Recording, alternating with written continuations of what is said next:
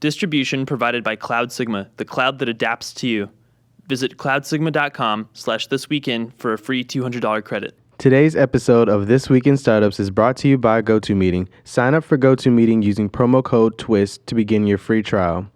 And by SnapTerms, online legal protection made simple. Visit SnapTerms and enter the code TWIST to receive a free NDA with every order. That's what it's all about, man. They said money is the root of all evil. What? Funny how it feeds my people. We ain't gonna live like equals until we get the money, spend the money, and defeat you. Yeah, money is the root of all evil. What? Funny how it feeds my people. Yeah, we ain't gonna live like equals until we get the money, spend the money, and defeat you. Hey everybody, it's Jason Calacanis. Thank you so much for tuning into this amazing episode of This Week in Startups. If I do say so myself. No, the show's been doing great, and it's just really a large part of our success comes from the fact that we have partners on this program like SnapTerms who have been supporting it for a long time. And SnapTerms is the simplest and most affordable and fast way to protect your website with a proper terms of service and privacy policy. And you know, we read about this every week. Path.com just settled. People with drive-by ambulance chasing lawyers, doing class action suits against websites, trying to innovate, trying to make the world a little bit better, providing great products and services. But because they didn't cross that T or dot that I on their terms of service, they opened themselves up to a horrible legal issues. And I got to tell you, man, I've been through some of this stuff myself, or some of the companies I've invested in have gone through this. It is not fun. And there's things that you would much rather spend your time on, like building a great culture at your company, building a great product or service. And we use it here for this weekend. You can see we did this great legal terms of service, and it's super comprehensive. And you know, it didn't cost me $5,000, $10,000. I've been on the board of companies where they've spent $10,000 on a terms of service. And it is incredibly frustrating because I'm like, this is just a cut and paste thing. Why isn't there a better solution? And then I found out about SnapTerms, and now I use it, and a lot of my friends use it. It's incredible. Go to snapterms.com to get started. These predefined packages start at only $149. When you check out, you use the coupon code TWIST, T-W-I-S-T, and you'll get a free NDA with every order. Yes, a free non-disclosure agreement. You could always use some of that. And let's see on the next tab here. So anyway, it's a really great service. thisweekin.com/legal to see ours. They're kind of funny. They do a lot of funny stuff with it. And if you don't have a proper terms of service and a proper privacy policy, you are risking costly litigation. So I don't mean to scare you into this, but seriously, for $150 or $300, are you going to put your entire startup at jeopardy? No, you're not. You're going to listen to Uncle Jason, and you're going to go get SnapTerms. Go to snapterms.com, use the coupon code TWIST, and please use that code so that they can see how great my audience is. And even if you've used it already, or you just want to be a mensch, go ahead and thank @SnapTerms on your Twitter, because you know what, this show and the 3, 4, 5 people who work on it every week, they wouldn't be able to be here getting the great guests, getting the great audio, doing all the hard work without people like @SnapTerms supporting it. So thank you @SnapTerms from me, Jason Calacanis, the host of This Week in Startups. Let's get back to the program. Hey everybody, it's Jason Calacanis. This is This Week in Startups. If you're a first-time listener or viewer, the show is about startup companies and entrepreneurship. If you've been here before, you know what we do.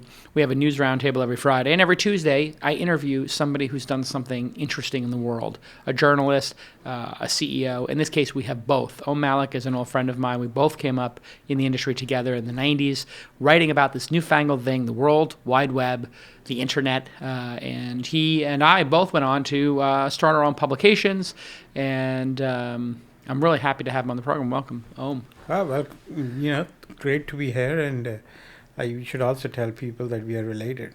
We're related because your best friend. My best friend, almost my sister. Yeah, pretty much your sister's my sister-in-law. Well, she bosses me around like a sister. Yeah. Joyce, who I used to do a show called The GigaOm Show. Which I was on with Kevin Rose. With Kevin Rose. Yes. Way back when. Vision 3, yeah. And she and I are friends, and I'm friends. I'm the adopted Kim now. Yeah, we've spent many a Thanksgiving or holiday together. And Joyce is sister of Jade, who's married to my Jason, wife. And the mother of the lovely London. My daughter, yeah. Whom I adore. Yeah, she's pretty amazing. It's 3 years old. It gets good. I think it was God's revenge in a way, to give you a daughter. So Really? Yeah. Yeah, it's just been so rambunctious. I think I remember you from the 90s. And Yeah, let's not. I just, Well, Hom's been a great guest, and I'd like to thank Home for being here. You do know where the bodies are buried. But more about you. no, more about you. When did we meet? Can you remember the first time we met? I do remember the first time I met you. It was at a party you were hosting somewhere. I think it was some bar near 9th Street. Uh-huh. It was on the second floor. Ah. And the bar was downstairs. There was a private room upstairs. Huh. And this was like even before you had started Silicon Alley Reporter, Right. the magazine. There was an email Yeah. which you used to send out. And there was a newsletter which you used to put out, not like a magazine. It was a Very printed early. staple, very early. We met in the 90s. And It you was were like maybe 95. maybe 95 or 96. Yeah, the magazine started in 96. But you were thin at that time. I was 20, I was 24 or Dude, something. I was never thin, but you were thin at that time. What were you? I was then. That's true. God, it's gonna be a great interview. Right now, the audience is just laughing. They're like, "Wow, Jason's finally getting it." 300, only took 300 episodes. How did you start in journalism? Oh boy. Because I don't know. You grew up in New Delhi. I did grow up in New Delhi, and I fell in love with words, I think sometime when I was 13, 14 years old. I started reading magazines, the American magazines, buying used magazines, or, there used to be libraries near my house, and I would go there, and they would have like 2-3-year-old American magazines, and I would read those. And I just was completely amazed by the words which were on paper. And it's like, wow, that is something which is so magical. And I eventually got intrigued by all that. And, I practiced to, write. I was not very good. And I secretly practiced. And when I was late in school, like 12th grade, which is like our Senior year. Yeah. right? So that's when I knew that I did want to be a writer. It was really hard to explain that to my parents, who wanted me to be either an engineer or a doctor, or Right. Worst case scenario, be an architect. Yeah. Get a real job. Right. But I just knew that writing was in my blood, and I had been doing some casual writing for a teenage magazine, covering school events and stuff like that, mostly practicing the art of reporting. Yeah. And then that was it. Like I was hooked pretty early on. It was just You like, knew from the beginning. yeah, I didn't really need to know that it was the only thing which mattered to me. I didn't know whether I wanted to be a news reporter. I just knew the words were what made me tick. Interesting. What was it about words? Or what was it about writing? Is it because you mentioned it was the magazines that pulled you in, not books, which I find interesting. Was it because of the timeliness of magazines, or the way it sort of pulled in the zeitgeist? Because for somebody who's living in New Delhi, a kid who's 12 or 13, looking at an American magazine or Vanity Fair or the New Yorker or New York Magazine, I don't know which one it was. Oh, it was Esquire, Rolling Stone, Wow. GQ, Scientific American, Popular Science, all kinds of magazine. And I think it was mostly magazines because they were cheaper to rent or borrow. Right. Right? Interesting. The books were more expensive, so I didn't get to the books till I grew. I didn't have enough pocket money to rent a book from the paid library. So books were very few and difficult to access at that time. And so magazines became the preferred form of getting educated on the world. And I think what really got to me was the fact that you could tell a story, and with that story you can take hundreds and thousands and millions of people somewhere else, right? Yeah. Here I was living in Delhi reading magazines about space program magazine articles about space program in America. It's like, what do I know about that? But I was in Florida, right? Like it was like somebody took me there. If I remember, it was a story by Tom Wolfe, which took me there. And it's like, and then I said, okay, I want to read books after that, because I think what happened was magazines turned out to be the gateway drug for words for me, and I just was gone. Like once I could, like the magazines were my time machine. Words are the time machine. People don't quite get that. Right. That with words you can compress time, you can go back into history, and you can go into the future. If you were reading 1984 back in the day, you would be living in the future, and if you're reading it today, you're living into the past. Right. So people have forgotten the importance of words as something which is like, they shift time for you. And I think true that's time shifting, and that's exactly what and happened. Transportation. I mean, you can be anywhere on the planet and just experience something. And those writers were so good at that time writing those 5,000 word, great long form. But things have changed in writing. Yes and no. I think the words are still very powerful. There is new forms of writing which has emerged, right? Like shorter form of writing has emerged, but the great long form writing still exists. 2 weeks ago, I read this great piece about a pickpocket and his life in the New Yorker. I read about a great piece in Grantland about some guy who's an Asian guy who's trying to make it big in basketball. I mean, that just is amazing writing in different places. It just is. We have a lot more options now. Yeah, and it seems like, I don't know if you're sensing this as well, that people have burnt out on short form. It's almost like eating too much, sugary food, and they want the steak again. You have long reads as a phenomenon. You have Grantland as a phenomenon. A lot more long form is getting launched, and it seems like everybody who gave up on long form to pursue the blogging, tsunami over the last decade now seems to be going back and saying, I want to write something a little bit longer. Yes and no. I think it's the same thing. And the analogy is food. So the fast food industry hasn't really gone away. They're still growing, and they're still growing like mad. People are still eating that junk, right? And so in a sense, if you use that analogy, the really short form is still growing. Yeah. It will keep growing. There is no way. Look at Huffington Post, still keeps to grow. Yeah. BuzzFeed continues to grow. You can't dismiss those things because there is like hundreds of millions of people are wanting to read that stuff. Right. We shouldn't laugh at that because that's what hundreds of millions of people are choosing to do. It's people's choice that they want that content, just like they want fast food. Or maybe they have their own reasons. But then there is also the slow food movement, and it's the slow words.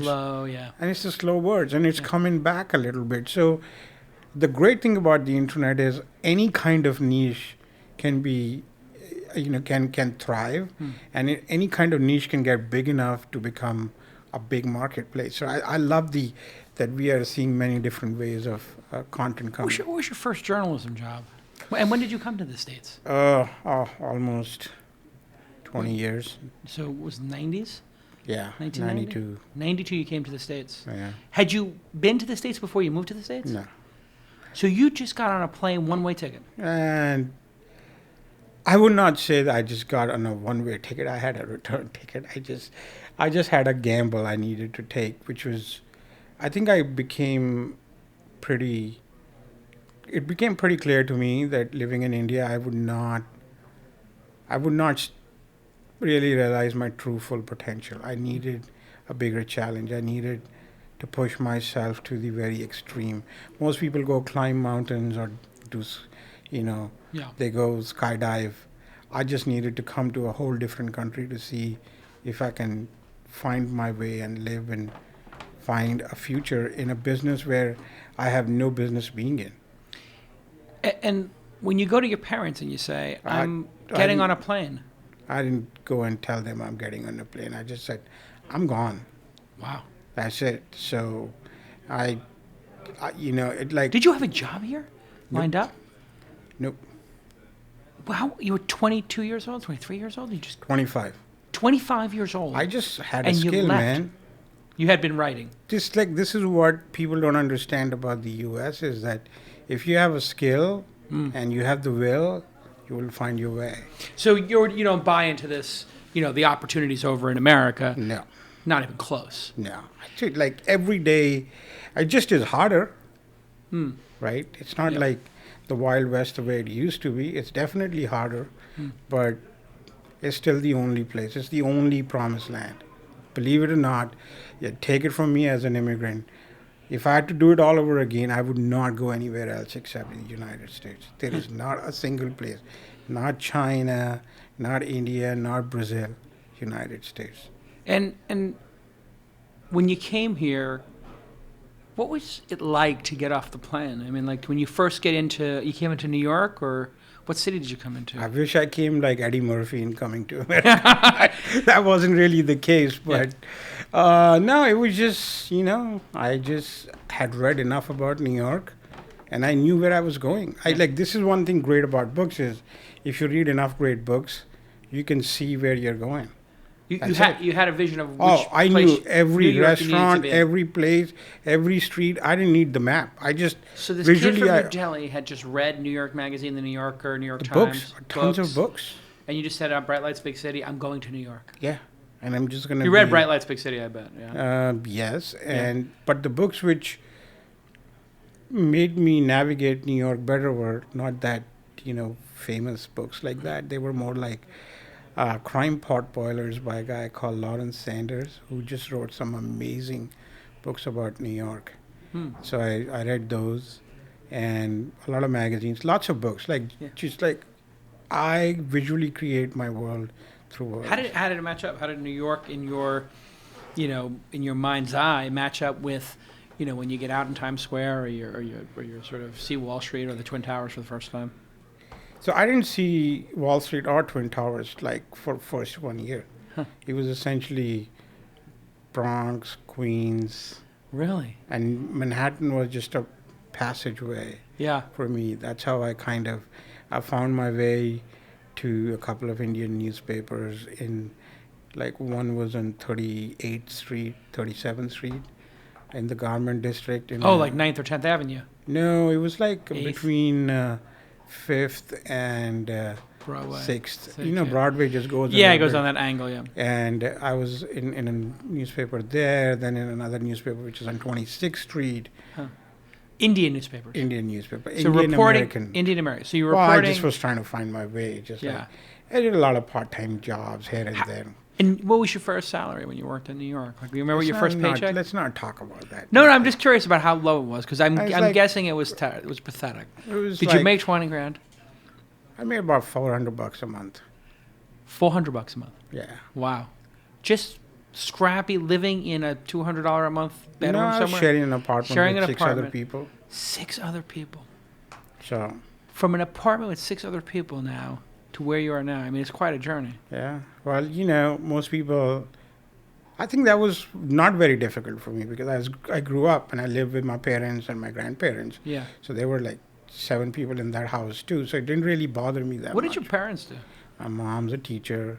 My dad worked for the government. He's retired. Both of them are retired now. Yeah. Would you consider was it a middle class upbringing? Yeah. Yeah. So it wasn't not terrible. Upper middle class, but the only 2 people who knew a modicum of English were my grandfather and my mother, because they're the ones who taught me. Yeah. So it just is it is what it is, right?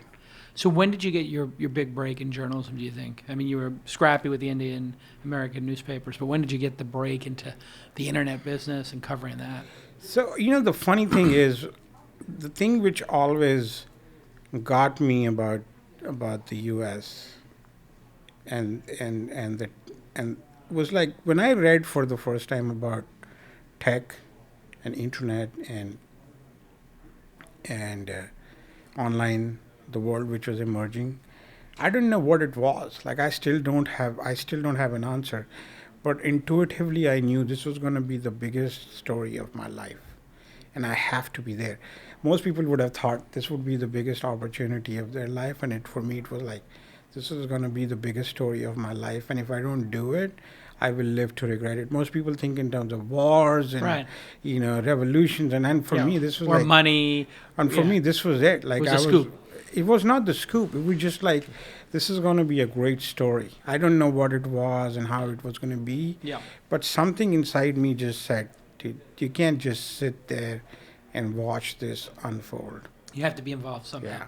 And I had the same experience. Yeah.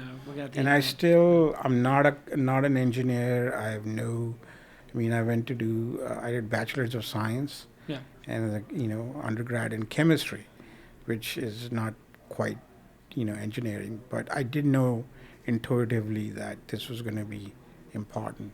Yeah. And, so my first big break came, I guess, after working for Indian papers. I got a break working for Nikkei, quick Nikkei News, which is Yeah. part of the Japanese Nikkei? The Japanese Nikkei. Yeah. And I became a technology reporter for them. Yeah. And, I did pretty much whatever they told me to do. Initially, my job was to cover semiconductors, microcontrollers. A lot of people don't know what microcontrollers are, but they are the chips which make washing machines run and all that kind of stuff. But I also, at the same time, I was trying to convince them that this internet thing is going to be pretty big, so we should cover it. And so we covered UUNet and PSINet and Netscape. And this was this was the well. Prodigy. The problem was all these companies were private. Right. So you couldn't really write about private companies on Nikkei which was it was about stocks. Right. But it was pretty fun. Nikkei is the Wall Street Journal of. No, it's like the Bloomberg. Of like the Japan. Bloomberg, okay. And Because it has Nikkei- data services. Right. And the Nikkei Nikkei Exchange. And then they have a newspaper which is sort of like Financial Times. Right. So we were part of the online, it was like a box and it only maybe 50,000 people read the stories, but it was very influential. Right. But it was a good training ground, great editors and great colleagues. They, it was just it was, good growing. I still consider it as my big break because it kind of helped me understand where I was going in life and, what I was doing. And it gave me a lot of my bearings, right? I'm on the track now. This is mile zero. Yeah. It's a big break. Why? Because they just had so many journalists there. It was a big. No, it was big established break. player? It was big break because I was working with really good people. They were writers, they were editors who were just genuinely nice people who wanted to teach me, and they had they didn't feel threatened because at that time tech wasn't that sexy. Right. What was sexy was Semiconductors. bonds and airlines and stuff like that. Hotel chains. So I was not exactly the most exciting beat at that time. It wasn't the leading beat. No. No. People, if you might get stuck with that beat. Yeah. You could be stuck with it. But for me, that's all I wanted. Hey everybody, it's Jason again, and I want to just take a moment to tell you about GoToMeeting, one of our great partners here at This Week in Startups. Meeting is believing. It's the solution that I use all day, all week long. I get in there, I've got a dozen meetings set up every week, and I just love using GoToMeeting, and I have for, better part of a decade, because I want meetings to start on time. I want to have the ability to go from my camera to turning on my screen, to letting other people control my screen, to letting them take over the presentation, and it just works. It's rock solid, whether the person is using a Mac or a PC or an iPad. And there's a great new feature where you can actually present with your iPad. So that's very cool. If you wanted to present, let's say apps and stuff like that. You're talking to your clients or your partners about different apps and you want to show them what's going on. Go ahead, use the new feature and present with your iPad. Very cool. And you can get a free 30-day trial. Just go to GoToMeeting.com and click on the Try It Free button. When you click on the Try It Free button, use the promo code TWIST, TWIST, and you will get a great free trial. The folks over at Citrix do a great job, and I've been using the product for a long time. As you know, I have my choice of advertisers on this program because we have a limited amount of inventory. We only read 2 ads per show. That's all we need to read. And I'm not going to, let me just be honest, I'm not going to read an ad for a product that I don't myself use and that I don't stand behind. We get a lot of people who try to, use the program to promote their products, and I'm very loyal to GoToMeeting and Citrix because meeting is believing, and I use the product every day. I literally just got off 2 meetings with it this morning, and I've got a meeting after this. And the reason I use it again is because it just works. It's rock solid. I can't have my meetings start late. I can't have technical issues. And it's just so great to have a company like GoToMeeting and a product like this that, there's a team working to make it flawless. So thanks again at GoToMeeting for making my life easy. And thanks really for supporting independent media like This Week in Startups. I'm very proud to have you guys as a partner for over the years. And it's been a multi-year relationship, which is great.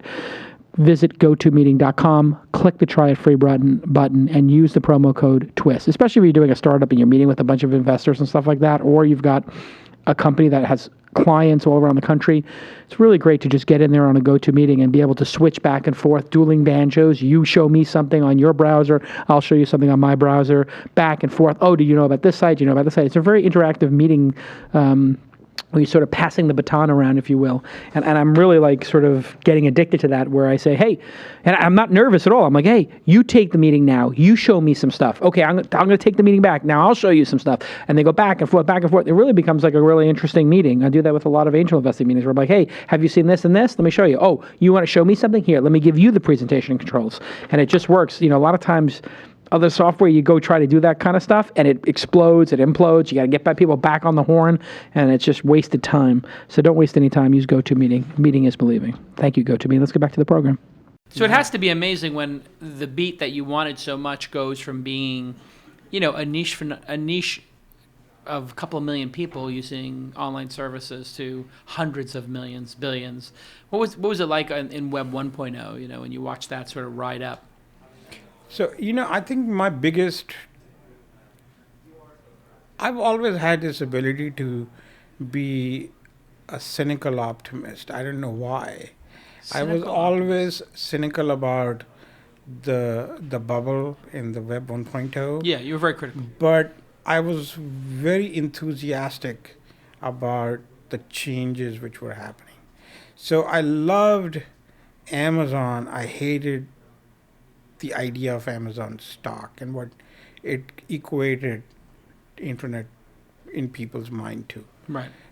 Pets.com, and there were so many of those nonsensical companies. The Globe, whatever. Yeah. Right. So my internet was Sienna and Cisco and Oracle and Sun. Like, I used to genuinely get excited about the changes in the infrastructure and the network, because I always believe that it's the connectivity which matters, right? It's not like I still, you can still tell, right? Like, I still talk about connectivity.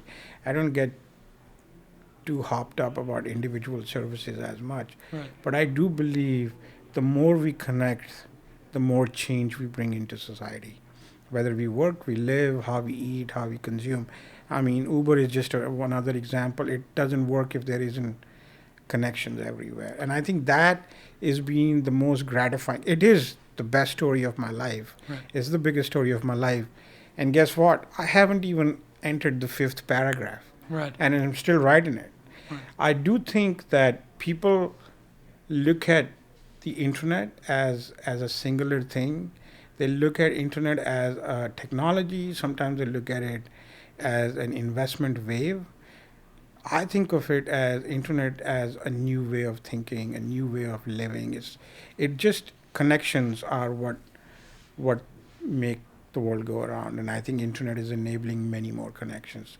So that's how I think about everything. And it really was pre-internet. I guess the only other I'm trying to think of the other connecting devices. I mean, broadcast was broadcast. It's not two-way. The phone certainly was two-way, and so were telegraphs and the mail service. Yeah. And those things did change the world society, dramatically. Right. Oh, and also airplanes, I guess, would be. Or railways. Railways, or the too, ships, right? Like, ships, yeah. So that's what is that connectivity is like what really gets me. I think that's the story of my life. How do you think it's changed society? I mean, you grew up in a society, the largest democracy in the world, I guess. Well, I guess I could debate that, but or what's becoming the largest democracy in the world. How do you think it's changed things now? I mean, it's pretty amazing that we lived in the time between when it didn't exist, the first half of our lives, and now you and I are both in the second half of our lives, and it does exist. I mean, when you look back on those two periods, what do you think the key difference is? I think the biggest difference is I think because we come from the old world, I guess, Yeah. the pre-connected lifetime, I call it the old world, Yeah, it is the old world. Yeah. is that I don't know about you, but I still get amazed by things, like just completely get blown away by, oh my God, I can't believe I'm seeing this and it's happening. And I remember when it cost $5 to freaking make a phone call to Yeah. my mom, and now it's like almost half a penny. Right. And like, wow, what And you're happened? watching HD video. An HD video, and like I watch Sherlock Holmes whenever I want on my iPad, wherever I'm sitting. It was like, how is that possible? Because when I was growing up, there was like one television channel in India, and it played for like 4 hours a day, and it was just crap, right? And so from that standpoint, I just look at, damn, this is the best life ever, right? So from that standpoint, I do believe this connections and connectivity is just amazing. It's almost, you appreciate the abundance. Yeah. And do you think this generation, having grown up with it, they appreciate the abundance, or do they take it for granted in a way? I can't speak for this generation, Well, right? well. Like, I'm guessing they have a different view of the world, right? Like they do. I would love for like, even for like 15 minutes to be 20, to just understand what it is to grow in a world where there is Facebook and always on connections and iPhone. Like I just would love to know. Would have what been different in college, wouldn't it have? Yeah. It's like, how would, things be, right? I just to understand that. You can talk to people, you don't, but like they live differently, right? And I think, and that's great. They will make the connections go further, right? Things we can't imagine, they're already imagining. Yeah. Like, two farts like you and I would never imagine Snapchat. I'm sorry. No, absolutely not. Right. So, Yeah. but the next generation, Evan has already figured it out, Yeah. right? So he's already moved on. So, What but el- it's the great thing about being an old timer. I think it's a great perspective you bring to the table as to kind of see like where we were and where we are going. It's easy to kind of measure that. You remember when libraries didn't have computers in them. I You spent time in them. yeah, I only remember Yeah. like without library, without computers. Right. So I mean, can you imagine going to college? Like, we went to college, and you had to microfiche. go onto a little tiny piece of film that had to be blown up in order to read what was on it, because that was the only way to compress the data to fit into a reasonable sized building, was to microfiche a bunch of old magazines, take pictures of them, and scan them down. Yeah. I think the interesting part of the world today is that there is so much friction which is being removed, and I just find that just fantastic. I think there is more friction you remove, more interesting opportunities you create. So let's see how it goes. But this is definitely, in my opinion, probably one of the most exciting times in the history of humankind. Humanity. Yeah. And the connectivity is at the core of it. Yeah. What do you think the outlook is for dictators and sort of closed societies, given this massive connectivity? North Koreas of the world, and Cubas, and Venezuelas, and et cetera. Even China going through their transition. Or the transition which is happening in India, for example.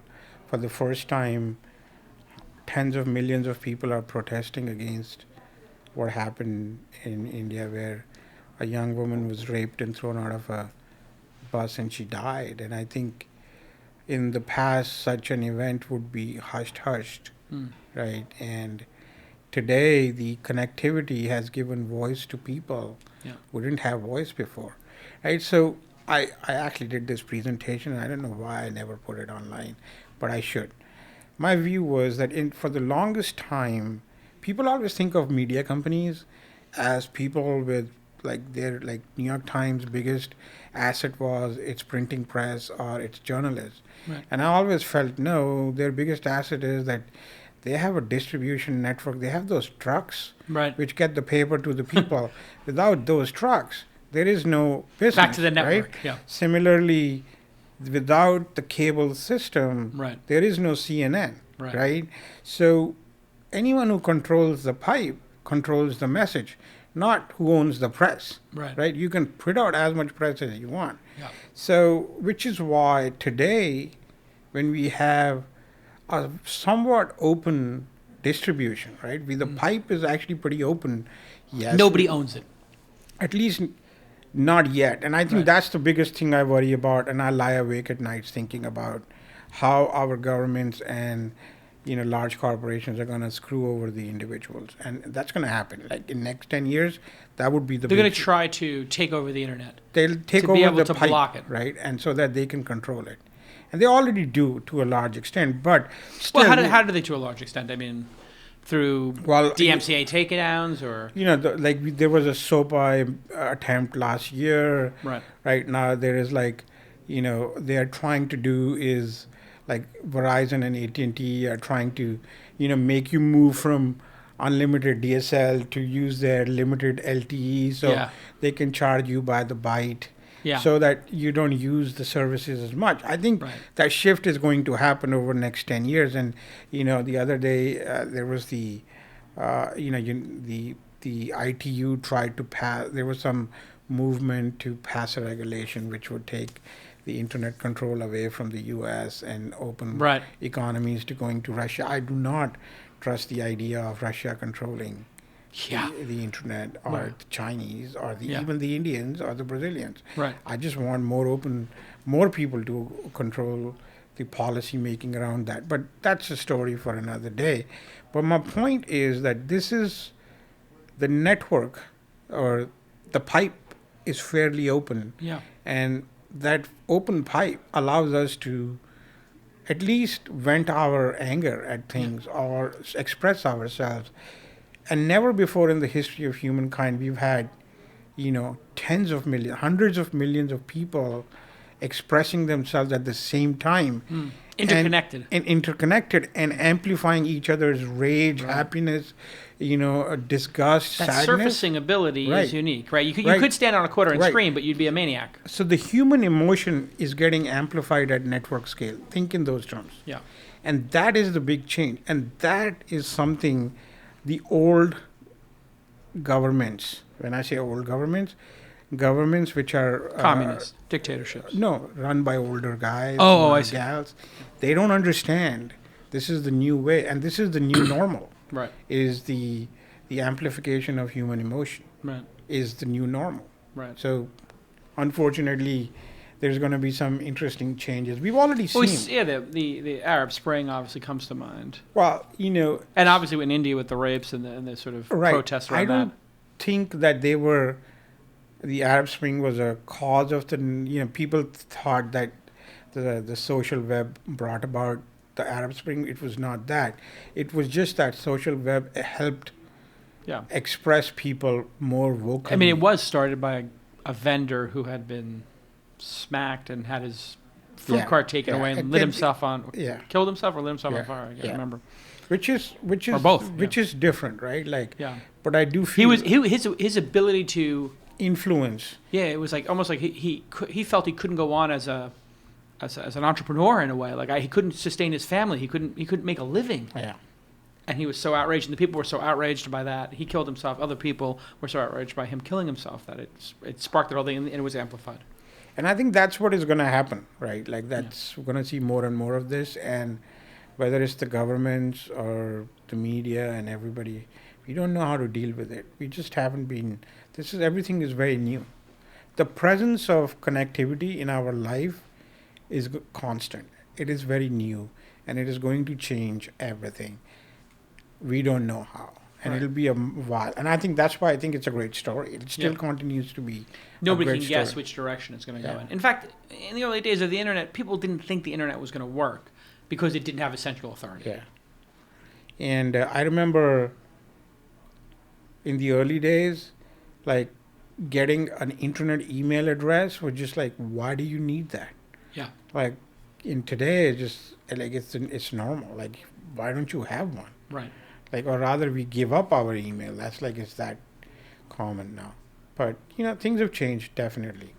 So at some point you went to work. Was it Red Herring and then Business 2.0, or Red Herring got So bought by I Business went- 2? What was it? I went from Quick Nikkei News to work for Forbes.com, Oh, right. which was pretty awesome because at that time you were building your first company and Yeah. I was helping grow Forbes launched a website. Forbes.com, which was like very early. Yeah. My boss there was David Cherbuck, who probably the best editor a person can have. Were you the guys who busted Stephen Glass? That was Adam Pennenberg, who writes for Yeah. Pando Daily now. Yeah. I was in the newsroom, Right. and But were you there at that same time? Yeah, we were Wow. all at the same time. What a great film. If you haven't seen it, Yeah. Shattered Glass, amazing film. Yeah, so they had Rosario Dawson play me for some reason. Yeah? It's like they couldn't find I an Indian guy at that time. These days, it's like, the guy on the Big Bang Theory, whatever his name is, he would have been okay in that Perfect, role. yeah. But anyway, but if some woman had to play me, it would be Is it Rosario true? Dawson, and I'm okay with that. Is that really true? Yeah, I don't know. Who Like, knows? it was a composite character for all Yeah. the people in the Right. newsroom. So Yeah. I'm joking about that. Right, But yeah. I was there, and Adam did the story, and it turned out to be a really good break for him and for the publication. Yeah. Most importantly, for the internet Journalism. at that time. Random acts of journalism could happen Yeah. on a website. Yeah, and I think this was that was pretty exciting time. Just Right. I was there when DoubleClick was being formed, and Right. there was another advertising company, 24/7, 24/7 Media, sure. right, and a mining company which became About.com. Sure, Scott Kernet. Yeah. And I remember Pseudo.com. That dude Josh was Harris. staying in your. He lived in my house for a year. There was When he all got those back from other, Ethiopia, yeah. the Prodigy office, the Prodigy. MCI office on where Yeah. Barnes and Noble used to be. Yeah, that was 6th Avenue, yeah, And 18th the Street. great parties at Viant and Signed. It Yeah. was great. It was just Yeah. like great time to be living in New York. Yeah, it was. I just think New York needs to party a little bit more. They don't party as much. No, they're so busy just working. The work Silicon too Valley much. 2.0 is just so Yeah. like focused on growth They're and so scale. San Francisco. Yeah, and so everybody wants to focus on growth and scale. Nobody wants to have a good party anymore. I know. It was really interesting. It was Maybe Fred Wilson needs to throw a party. That's it. yeah. Well, he hasn't invested in 18 months, so maybe that would be a good It would be a alternative. good idea to have a Yeah, party. just throw some Yeah. parties, Fred. But then the internet collapses. When the internet collapsed, did you think the internet was a fraud, like everybody was saying? Did you wonder, like, is this over, or did you just realize, okay, this is just a financial mess? It's So- not the consumers still love it. I've always had the inevitability of internet as my thesis. Mm-hmm. Like, you just can't go away from it, Right. right? And I wrote a book about the telecom scandals Yeah. which happened, and I was very bummed out about what was going on, like from a financial standpoint, how many people were hurt, Criminals criminals, people I thought were actually. stand up.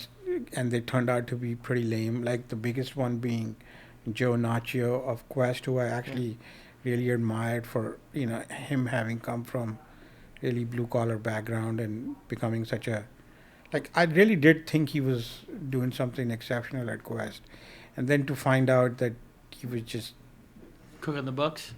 pretty much, and it Yeah. was like pretty lame. But the internet, I've never been out of love with it. And I still love logging on, as they say. But now we don't. log on. That experience has gone away. The experience of saying, let's initiate an internet connection. Boom. Yeah, that was. I'm glad it's gone. Yes. Really. But there was a rush to that sound, wasn't there? There was. I think that the idea, I just feel like a lot of people would not experience the idea of logging on, right? Yeah. Like maybe we should create like a software which does that. Yeah, like you're not online, but you have to initiate. Like you don't automatically, your Wi-Fi doesn't just automatically go online. You have to say, I want the internet now, and it plays some sort of Like the modem sound. Yeah, like a Pavlovian tone. It would actually give people the appreciation of it. So at some point, you decide you're going to launch your own blog. No, so when I was I left Forbes, I went to go work for H&Q Asia Pacific, and which is like an investment firm here in the Valley, for about 7 months. It's a disaster. Like I was. Was it like you were a banker or an analyst or? I have no idea what I was. I just knew You got a I big was- paycheck. I did, and I realized that that kind of sucked being that job. Yeah. And we were in the same office as where Facebook had its big office. Actually, thanks to that job, I got to meet Elon Musk. Really? Yeah, PayPal? X.com, baby. Yeah. Just like a lot of people don't know X.com, right? Right. I got to meet with him because H&Q Asia Pacific wanted to do X.com Japan. Wow. Dude, this was a time when doing a special Japanese subsidiary was a big deal. Yeah, and Yahoo Japan still exists, right? Yeah. Yahoo just unwound it. Yeah, so Whatever, 15 years later. I made a lot of money doing that. Yeah. Anyway, I left after a few months, went to call my friend Jason Pontin at Of Red Herring. course. Jason, I am miserable. Can you help me? And he says, why don't we start you at Red Herring tomorrow? Wow. And that was it. Like literally, that was it. No interview. He's nothing. running MIT as MIT Tech Review. Tech Review. Yeah. And I left H&Q on one Thursday, took the weekend off. Monday I started. Long weekend, huh? Thursday, Friday, Saturday, Sunday. That's that New Delhi work ethic there. Yeah. You and took a then- full 3 days off between jobs. Yeah, that was it. And Monday I was at Red Herring and loved that magazine, loved being there. Probably, I've been very fortunate with my editors. Yeah. I had Steve Dante at Quick Nikkei News, then I had David Chervak at Forbes, then I had Jason Pontin and Blaze Zoriga at Red Herring, which was great. Like it was just a great job. And Red Herring at that time, the way I would describe it would be cynical optimists in a way. I mean, obviously Red Herring being like something that threw you off the scent of something, the fake thing. Like they were out there investigating what was real and what wasn't in this, boom times. Right. I think, what, in many ways, Red Herring and Forbes were my school, like how I thought about the business aspect of technology, and they grounded me in a very different kind of reality. So if Forbes made me very careful about everything, like don't believe everything you hear, Red Herring gave me the confidence of being an optimist at the same time. So it was just like really good editors who encouraged many different things. And I think that, and then when Red Herring shut down in February 2003, literally turned the lights off in the New York office. Yeah. That was not fun because I loved that magazine. And I think we were onto something big there. And it was just really bad business decisions which were made, which ended the magazine. They scaled greatly, raised money, had a lot of people, had a lot of events. And when the internet era came to a halt, all the advertising shut off, all the conference days shut off at once. Yeah, I don't think it was any of the events and people which were the problem. The problem was really bad business decisions. There was, I think, was a very expensive real estate lease. Oh, that's right. Right, which caused a lot of problems. Then there was a decision made to buy a company, a stock ticker company, for cash, which was like, I don't quite understand why when they could have easily licensed it. But those were some of the bad decisions. But the magazine and its core value proposition never went away. Right. And in my head, that core value proposition still exists. Oh, yeah. Right. I think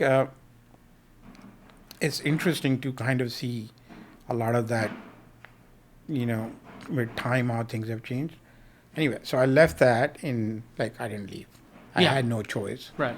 And Josh Quittner, who's another great editor, talk about, being lucky with editors, basically gave me a job at Business 2.0. He was the original tech journalist at Businessweek or Newsweek? What was Time his? Magazine. Time Magazine. And that's before that, he used to write for Newsday in New York. Yeah. And he was the old school internet. and he wrote for tech Wired. guy. He wrote the first.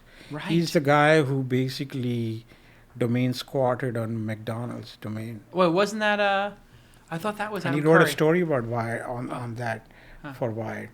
And it was pretty awesome. And so him and he was trying to reinvent Business 2.0, which had gone through its own Yeah. set of, trials and tribulations, and it was Time Warner. I never thought I would end up at a Time Warner publication, but because I had tried to get a job at which was their online service.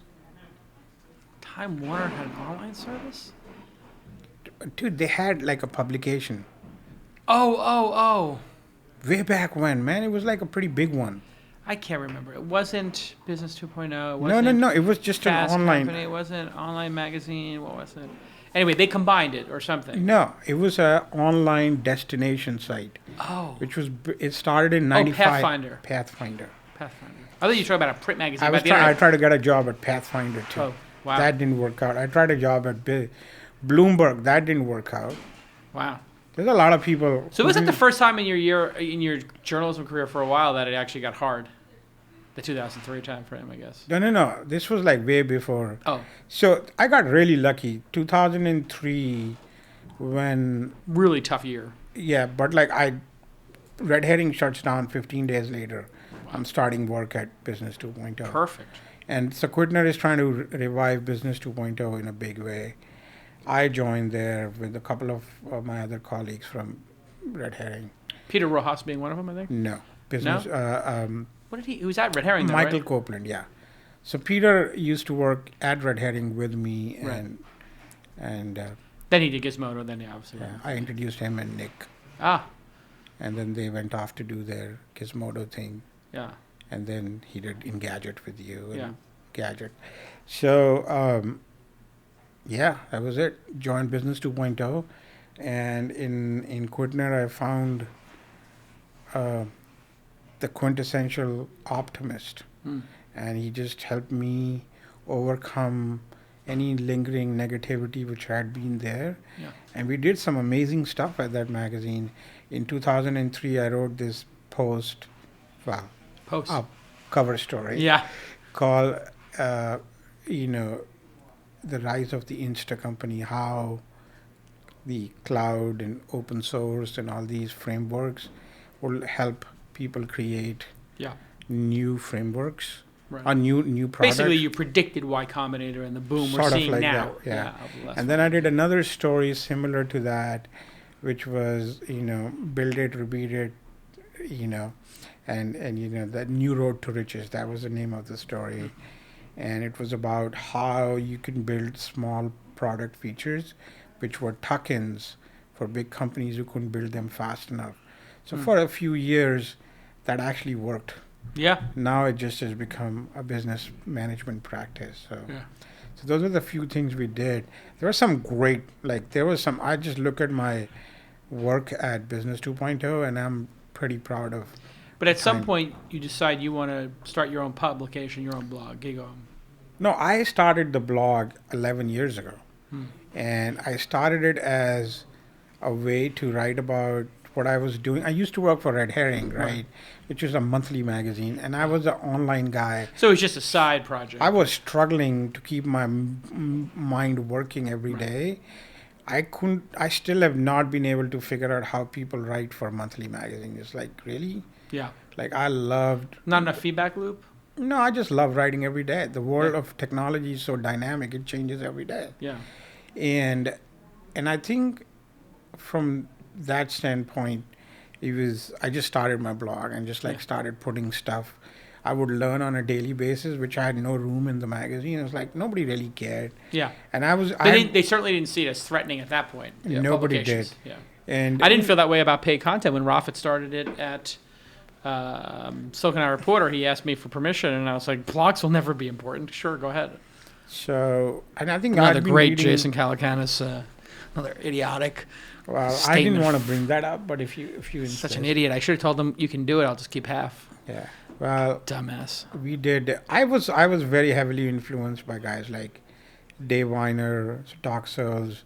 I just looked at what they were doing, and I just started doing exactly that. It's like, Doc Searles and Dave Weiner, of Like, course, you know, godfathers of blogging. right. And I would read them before I would read any other newspaper. I was like, this must be something to it. Like there is a You reason find why- yourself going to that before the mainstream publications. And I think that was my. What was it about blogging that made it, in your mind? It was So very special. intimate. Intimate. It's like there is this level of intimacy which is required in blogging. Like people, it is okay to be a little vulnerable. It's okay to be a little crazy. It's okay to be human in blogging, which was not okay in media at that time. Oh God! If you ever tried to introduce yourself into the story, you'd be killed. And so we did that, and that was it. And 11 years later, still doing it. When did it become a company? 2006. And what made it a company? Just you went and got papers? No, I think what happened was I was hanging out with Tony Schneider, whom I met when I wrote the story New Road to Riches. He was the CEO of a company called Outpost, which was acquired by Yahoo. It was the first, what do they call it? DHTML, like Ajax-y email client. Right. What Gmail became. What essentially Yahoo has just introduced. Okay. Oh, it's so cruel. Whatever, man. It is true, though. They basically had Gmail before Gmail was even conceived, right? I mean, they had an equivalent of Outlook in the browser before there was one. Right. So Tony and I used to talk a lot. I love Tony, and he had introduced me to a whole bunch of people, including all my investors, future investors and friends. And I was talking to him, and I said, look, man, I don't know where my career is going. I'm just like, 3.5 years into Business 2.0.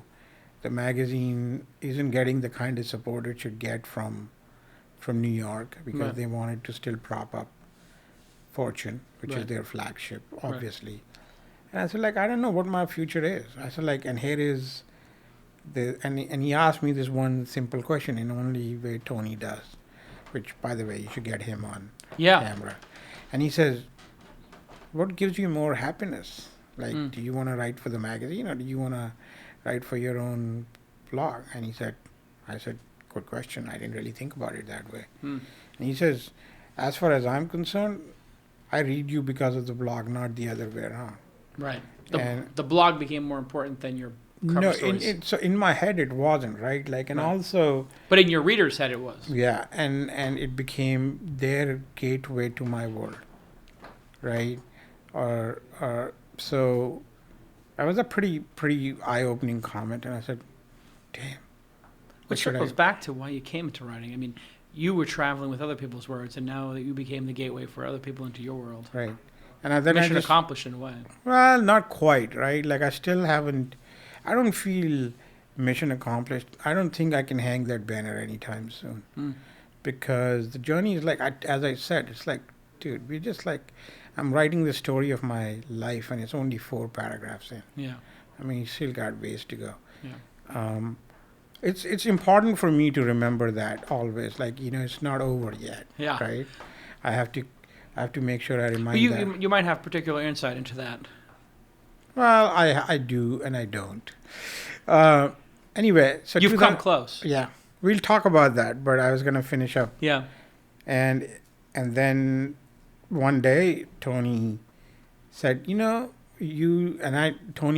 made me talk to Tony Conrad, and Tony Conrad of True Ventures about .me and Sphere and True Ventures.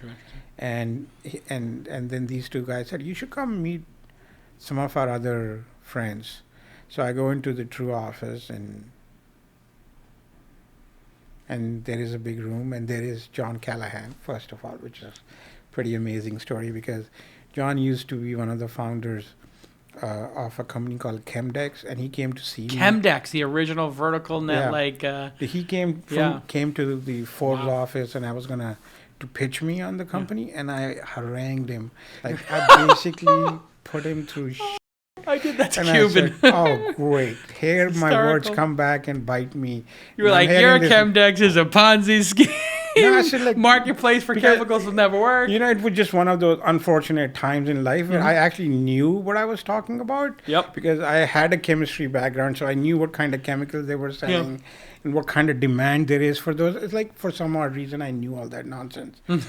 And it was like a really funny conversation. I really basically put him through.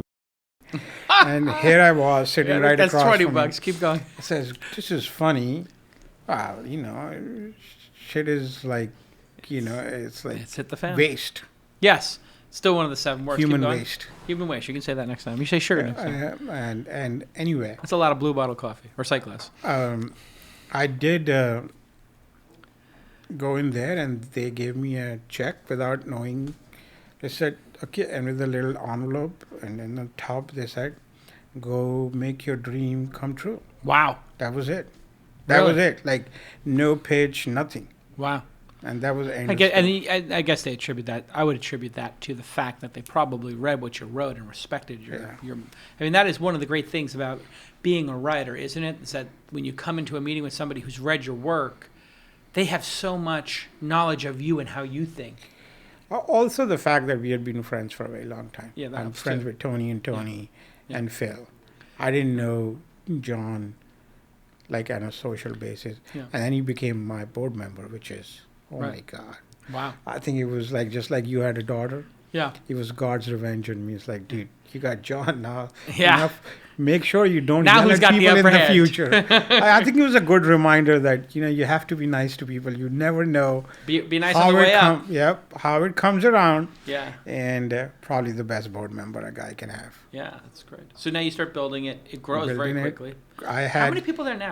Katie signed up and Liz signed up, and we were sitting in Starbucks, and that was our office for about a year or so. You just And- go to Starbucks and do Yeah. posts. That's it. And I would sit outside and smoke and do meetings. Smoke and do meetings. And I you don't worked do and anymore. I worked, and for Chris joined. Chris got interviewed at Starbucks. That was quite funny. Yeah. I don't think he was well prepared for that job. Yeah. Uh, And the irony, of course, is back then there was so much free available office space in San Francisco at prices that are probably a quarter of what they are now. exactly. Even the prices now are just insane. Yeah. So that's how we started, and off we went. Yeah. And now, where is GigaOm now? Because you wound up buying paid content office company out of The Guardian, which is always an incredible sign of strength. From what I understand, tens of millions of dollars in revenue in this business. You've got how many people working there? I don't know. I'm seriously not sure. It's over 50. Over 50. Yeah. So we have 3 businesses, right? We have the online publication, News. the blog. Yeah. Then we have the events business. Right. And then we have the research business. Mm. So our game plan as a company is to eventually decrease our reliance on advertising. Ah. Like, one of the biggest lessons I learned from Red Herring and Business 2.0, that if your business is just advertising, there is only a finite scale you can grow up to. Right. And the kind of things we write about, or the kind of things we are interested in, the way I look at the world, I don't think we can be like 500 million page view company. You don't want to do the slideshow of the 17 things that you will not believe about Yeah, the new iPhone. The hottest technology lady CEOs is not my Yeah. way of So no dig to Henry Blodgett, but you're not going to do. not dig to anyone. Like, Well, Henry Blodgett's a great writer, but he has added the salacious slideshow. but he's still a good writer. Yeah. I So you don't- respect him even with the salacious slideshow. Of course, just like I respect guys at BuzzFeed and Yeah. Huffington Post. Just But it's because not for you. It's just not for me. Not for your topic area Right. either. Oh, no, I just won't. It's not. You wouldn't do it. No, You just couldn't. Why is that? You just don't feel I'm just too old school, man. right. It's Like so in a way, it's almost like you just can't go there. I mean, my view is there's many different ways, right? You asked about content, right? Right. Short form and long form. There's internet, man. Every niche can exist Yeah. and thrive, and I don't have to copy them, Hmm. and I can do my own thing, and I would rather do my own thing than do it. And now that our company's ethos are that, Hmm. and it's built on that, and every person who's part of the team member is things like that we have to make our customers happy. We have to make sure we add value. We respect their attention. The culture of value. Yeah, and that's it. Like, whether we are right or wrong, only time will tell. But that's what I built this company on.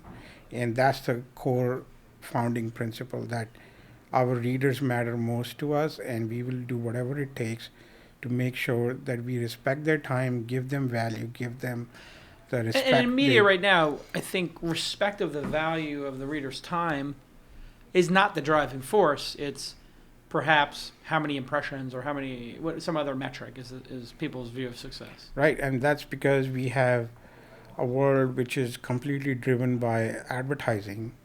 Page views and advertising have a symbiotic relationship. Yeah. And the reason is that it's not that the publishers want to go down that route. It They just have to. is, it's like Madison Avenue resists change, right? And it does. And if there's, and rightfully so, they have a very nice business. Why would they want to disrupt that? Yeah. And I think that whole, But it does end in a perverse product offering if you let it, or it can. eventually people have to realize who are they serving, right? Yeah. This is what I wrote the post the other day. Facebook and Twitter, were started out as with customers as you and I Yeah. were their customers, but now advertisers are their customers, right? Yeah, Goo- and we're the product. Oh, yeah, and Google is doing exactly the same thing, though they have been much more careful in finding a balance there, right? Right. And I give them props for that, but does it mean that they really do give a shit about you and I? Probably not. Right. Between $10 billion in revenues and keeping 10 million people happy, sometimes capitalism is a brutal thing. Yeah. But I think that's a perverse relationship. It's a very symbiotic relationship. Some people are going to do certain things and some people are going to do different things. We do things differently. And you're starting to see some different things emerge. Kickstarter for documentary films and products, but certainly the films and the books that are on there are media. And you do also see Andrew Sullivan taking his blog subscription, and other people just saying, like, I'm just going to skip the advertising route. Yeah. Completely. I mean, people have put up Kickstarter projects to take all the ads off sites and gotten overwhelming response. Customers are looking for more pure editorial, you think? I think there is a lot more experimentation which is required. I really like what Sarah is doing at Pando Daily with her Pando monthly conversations and using that as a way to grow her audience and revenue. Right. I just think it's a pretty clever way of thinking about the world. Right. We just have to think differently now. I think the world, my point is, it's a very connected society we live in. Why are we looking at the mechanisms of the past and not experimenting with the new? Right. And I think, I would love to see more experimentation. I think, the guys from Gawker do a lot of experimentation. They do, yeah. And, in my view, if there was any true inheritor to Rupert Murdoch, it would be Nick Denton. I know you and he have had issues in the past. I don't disagree with that. He is the quintessential innovator of media. I have a lot of respect for him. I actually have a lot of respect for him, too. I mean, we've had our personal squabbles, but I do think he's built lasting brands, and he understands brands are not built in months, they're built in years. They're not built in years, they're built in decades sometimes. And the fact that even his inter-office memos are freaking funny. Yeah. I mean, he's like he used to blog, and he was a good blogger. I met him when he was a journalist back in the day, and he started that Tuesdays event. Yeah. So I've known him as long as I've known you. Yeah. And he was a great writer, and he's a good example of a great entrepreneur. No funding, none of those things. No, and will not sell. Keeps growing. You think he's ever going to sell? No. Why should he? There's so much power. Yeah. And that seems to be what he likes about it. I don't know. I mean, I'm not going to get into his head, but I do know. I think it's a big part of it. I mean, at a certain point, you have enough money and all that influence. I mean, he walks into a room, he's Nick Denton. No, I think he's a great media entrepreneur. Just probably one of a kind. Yeah, absolutely. That's my take on him. So here we are. Here we are. 2012, 13.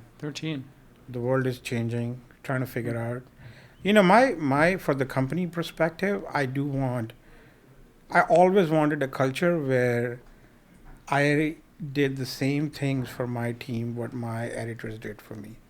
Found a way to encourage them and help them grow. Yeah. And be positive influence, not be negative. Yeah. And and I wanted to build a place where people could be comfortable and happy. But at the same time, have the same work ethic as I do. which is a pretty nonstop work ethic. So, Pretty crazy. It almost pushed you over the edge. so what? Yeah, one life, man. You have to live it to the Well, you almost lost that one life. Well, okay, I got two. You did get a second chance. I Yeah. mean, how close were you? And I don't know if you're comfortable talking about it or not, but Now I'm perfectly fine with it. you had a massive heart attack. 5 years ago. And, it made me realize that there were certain things I was doing wrong. Certain things I had to stop, and I just did. I stopped smoking. I've never touched any hard liquor since then, though Yeah. occasionally I will toast you with a glass of wine. Yeah. And I did on Thanksgiving. Yeah. No more scotches. No Yeah. more Macallans. No more ciggies. No more cigarettes. No Yeah. more red meat. Yeah. I'm 80% vegetarian. Yeah. So 20% of the time I will have animal. Yeah. Working out a Protein. little bit more. I Walking. work out pretty much Yeah. 4 days a week. I walk at least 3 miles a day. Hmm. I try not to eat desserts. I'm Yeah. not allowed to have sugar. Yeah. How close were you to dying? I might have been out for a few seconds here and there. You went out. I went out. I don't know if I didn't see the bright light though. If you were Well, going to ask me what that, happens? Like, you just lose a day of time? What happened? I don't know what happened. I do remember that something happened, and next day I woke up and Obama was giving a speech in Iowa, and it's like, how long have I been dead? Damn it! We have a black guy as the president. What happened here? You just time shifted 50 years forward. Yes. It's like, Yes. imagine it, because you just looked at television. Yeah. I couldn't hear anything, right? It happened And I over the couldn't holidays. It was over the holidays. Yeah. And that was it. Yeah. But 20 days later, I was back to work. Yeah. You How see- does as a young man, still young, at the time when this happened, how does it inform how you look at the world? I mean, is there something you know now that the rest of us who haven't had that experience don't know? I think what matters now is the purity of life. I think the thing which, I love Dr. House, the show, House MD. Yeah. And in one of the episodes, Dr. House says, there's one of his juniors says, almost dying changes everything. He says, no, only dying changes everything. And I understand that. Dying basically means like, I'm not wishy-washy about decisions anymore. I look at the world in a more black and white fashion. Either I'm going to do something or I'm not going to do something. And I have become more picky about certain things. I feel it's part of the growth process. I think it just is realizing that you have a finite amount of time is a pretty good realization. It also made me realize that we look at life in a very wrong metric, which is success is defined by how much money we have and how much fame we have. And in the end, success is how much positive influence you have. And it was pretty interesting to see all these emails which came to me when I was in the hospital. There was literally tens of thousands of emails from absolute random strangers to some of the biggest names in the valley. And just knowing that, it's like, you know what?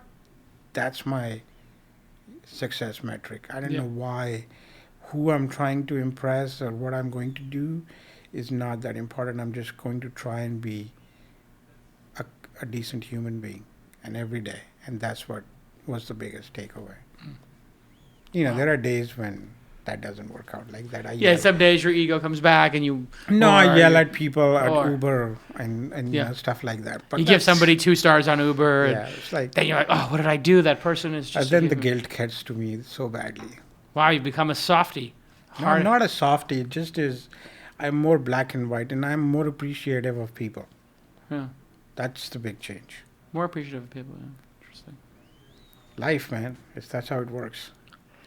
Well, this has been a great hour and a half. I think we've talked forever, and there's so many things we could talk about, but I think we've said a lot. And what a great, amazing journey you've had as an entrepreneur, from New Delhi to $400 a month, and all these different jobs with great editors, and now running this incredible business that's phenomenal. I mean, what do your parents think when they see what you did in 20 years in the States?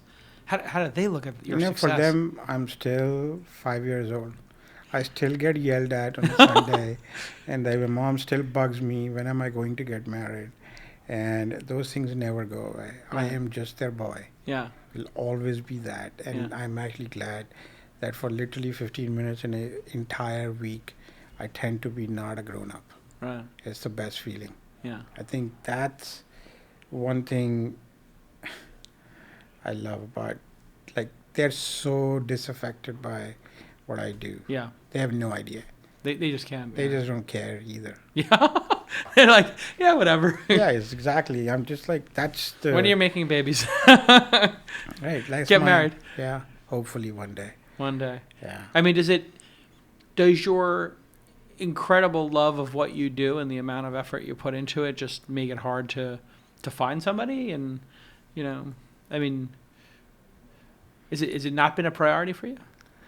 There is this great episode in House again. Okay, this is the philosophy of House. In the house, it is philosophy of House, Yeah. right? There is this episode in which a jazz musician, Trumpeter and a jazz. trumpeter, In a jazz. falls sick, Ah. and he goes to the hospital, and there is like a lot of drama, and there is this dialogue in which he tells House, "You have the same disease as I do. You have this one thing which has, and that one thing dominates everything we do, and we somehow don't have time for things which other normal people do. We have our one thing. So sometimes I wonder if that is my curse. Yeah. I don't know. Or it's my blessing. I don't know. Interesting. So I'm okay though. Like, I love what I do. So Yeah. it's like, if I want, I literally can say this, the best way to go is when I'm writing a piece and It's a great feeling. lights out. That's it. You That's love it. hitting the publish key. What's better, writing the moment when you're, as interesting as a writer, I'm interested in your answer, which do you enjoy more? The moment of flow when you're writing, when it's really, you're writing a good piece, like that in the moment writing, and you know that what you're thinking is coming out in words properly, or at least that's how I feel. Or the moment when people read it and they respond back and they tell you they've read it and here's what they think. Which do you prefer? I think it's a continuous process. For me, there have been days, man, I write like an old-fashioned writer. I wake up at middle of the night, the blog post is completely composed in my head. I wake up, write it with my hand, go back to sleep. I wake up next morning. 90% of the time, I can read my handwriting, but there is 10% of the time I don't know what I wrote. But I do internalize everything a lot, and so for my creation process is like all consuming. And once on the feedback side, I think when somebody actually reads and writes a thoughtful response, that gives me a little bit of encouragement. Like the other day, I wrote something, and somebody sent me a really sweet email after that, and I was just like, wow, I didn't even realize I said that. And like that moment is like, it's like a very moment of like, okay, I did probably do something good. Yeah. But for me, writing is essentially a very selfish act. I do it for myself. Yeah. The enjoyment of it. Yeah. Do you ever get that? You must certainly get it. I read your piece 3 years ago, 4 years ago, and it inspired me to do X, Y, or Z. Or I remember the piece you wrote in 2003 on this. See, that is a lot of pressure. Like when somebody tells me that, that freaks me out. Because at that point, I just say, I hope I'm not giving people bad advice. Oh, it's like when somebody writes a great song and they're like, oh yeah, your song made me marry this person. Hope it Like, didn't end in divorce. And it just is, that's hard. So this is why, you need to spend a lot more time thinking before you hit the publish button. Yeah. And I really, really do think. And the other good thing I've applied to my writing is whatever I write, I assume my mother is reading it. So Don't be a schmuck. Yeah. Don't be the mom filter. Yeah. I like that one. I do actually think that too. Like if my mom, You know, I don't know if that's maybe an old school thing, but I always think like, oh, if my mom found this out, like, if I say like I'm doing the show and I curse on the show, I'm like, oh, if my mom sees that, you know, like. But I do get a call from my mother, right? Like when boy. I do something crazy. Make sure you bleep the show. Oh, really? She's like, Ma, you wrote this. Fine. I mean, All right. Om Malik, journalist, thinker, pundit, friend of mine for a long time, and just all around one of the good people in the Valley. Somebody you need to know. Follow at Om, of course, on Twitter. He got on there early. Got a 2-letter Twitter handle. dude, It's first 3 patient less than zero, me. baby. What? Patient zero on Twitter. Really? Yeah. Oh wow! I didn't know you were patient. That's how it works, man. What is your Twitter handle? At Om. I know, but what? Do you know what number you I are? didn't know. I was like very early on. Yeah. Like I was one of the first 4 or 5 people outside of When it Twitter. was just an SMS service. They didn't launch. I launched them. Yeah. Like without even knowing they were talking to me. They told Hmm. me about Twitter. I just went and wrote a post about Oh it. really? Yeah. Wow. I don't think Eva's ever forgiven me about that. Oh, you just wrote about it without Yeah. any consulting. I have one question for you. Can I? Oh, yeah, of course. May I? Yeah. So, Inside.com, Hmm. is it coming back? That's a good question. No, I don't envision what it will do with Inside.com will be what was done with Inside.com. Because what they wanted to do was make variety, you know, across all media, like not the variety of everything, you know, or some amalgamation of that. But I think it will be topic based. I think it will be news based, and so it will have elements of that. But I don't think it's going to be a full on journalistic. It would probably be a little more curation based. But I'm working on it right now. I actually got it in the laboratory, and that's that. You didn't work at Inside though. Yeah. No, but a lot of other people did who we know, and I've always been enamored with that name. And I actually always loved their logo with the brackets around it. So I've been thinking about the logo having the brackets as a little hat tip. I'm just a little bit worried that somebody's going to sue me. Like, does somebody own those brackets? No, the company went out of business a long time ago. Nobody owns brackets, right? No. But I'm figuring it out, actually. I've been like, this is one of the great things. I just love launching new brands. And I think it's, you know, sometimes you were talking earlier about like, you know, you have less tolerance for certain things, just kind of black and white. Like, I think I know what I want to do, you know, like, and I've got the product in my head, and I know what it needs to be. So. Right. And how do you feel that, you know, you're doing all these things Yeah. and your fatherhood? How do you reconcile that? My father? No, your fatherhood as like your Oh, father. as a dad. Oh, Like, as my how dad. do you I was like my spend dad. Oh. time with London when you're doing Yeah. like Mahalo, Inside, this show, and Yeah. launch? And I've like, been consolidating things down. So, you know, like this weekend was a network. There's going to try to be a lot of shows. Now I'm just like, yeah, I'm just going to do this show. And this show is now sort of part of launch. And it's just, you know, a small side project with a lot of good people working on it. But the answer to that question is I've been trusting people to do more and training them up to do more and having more resources and defining what the expectation of the project is, I think. Like, I don't expect launch to be TechCrunch or to be GigaOm. It doesn't have to be that size business for me. It just needs to be like a great event that I do once a year that's helps startups in a large way. And this show just has to be me talking to interesting people. And if I enjoy it, that's great. But I took a 10-day vacation, which, you know, I'm sort of old school like you. Like, I don't take 10-day vacations, but I've been taking time to just really spend one-on-one time with her alone. You know, just going and doing things like taking her to the beach or, you know, watching a movie with her. Yeah. So it's just, you get older, you can optimize your time too. Like, my time is so much more effective now. Like, I don't really waste a lot of time on stuff. I can make decisions quicker, be more definitive about stuff, you know. And I think that's you become so much more efficient as you get older, you know. And Fred Wilson had told me that. I'd asked him a similar question about how do you have kids and all this stuff, and you get really efficient with your time. You don't waste time. You know, when you're young and you're in your 20s, you're just hanging around the office talking, shooting the shit, and I wonder like why drinking people don't respect time. I just feel like that's one big lesson of me almost dying was I have a newfound respect for time. you won't waste people's time. You don't want to Or have your time mine. wasted. either. Yeah, you're not just going to go to random like- lunches for 3 yeah, hours with yeah. people, right? Yeah. And like the human race itself just does not respect time. Yeah. People don't value time. Startups don't value time. Founders don't value time.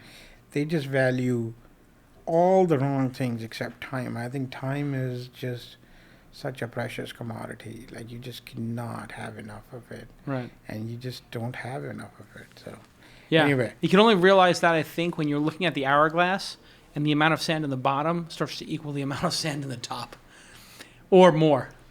You know, when you start Yeah. looking at it, and you're like, not too many grains left. yeah, that's Gotta- pretty much how it works. There was a great moment. You know Warren Zevon, the artist who sings "Lawyers, Guns, and Money" or "Werewolves of London" or Thompson the Headless Gunner. He, great artist who I've always loved, and he had terminal lung cancer, and he was on David Letterman. He had sat in for Paul Schaefer in the band, 20 times or something. I'd been a guest another 10 times. So Paul but really Dave loved his music, and he didn't go to a doctor for 10 years, had a cough, went in to see the doctor. You have terminal lung cancer. The cancer spread. You're going to die. And he did. But Dave Letterman dedicated a show to him. And on the show, he said, what have you learned, And he said, well, I guess I enjoy every sandwich, right? Like you learn to enjoy every sandwich. Yep. And I just thought, wow, enjoy every sandwich. Is there anything more poetic than that? Like, life is short, enjoy it. That's right, man. And I think that's one thing everybody should do. The startups, the founders, everybody just gotta The pause. process is just amazing. Yeah, enjoy every sandwich, everybody. And it doesn't mean not work hard. I mean, your story is one of working hard and rising above seemingly insurmountable odds. I mean, to get out of New Delhi. Luck, baby. It's all luck. Yeah, it's a lot of luck with a lot of bold risks and living in, tiny apartments with 6 people in the boogie down Bronx. Not Queens, baby. Not Queens. Huh? Thank Hey. you, Om Malik, for being on the program. Everybody follow at Om. Everybody go check out GigaOm. Thank you to my sponsors. And thanks to the crew, Kieran Kalia, executive editor, whatever she is. She's an editor, producer. Brandes, producer, gear runner, light setter upper. Demont bringing in the money. I feel like it's a band. And, of course, Crewed on the bass guitar. We'll see everybody next week on This Week in Startups.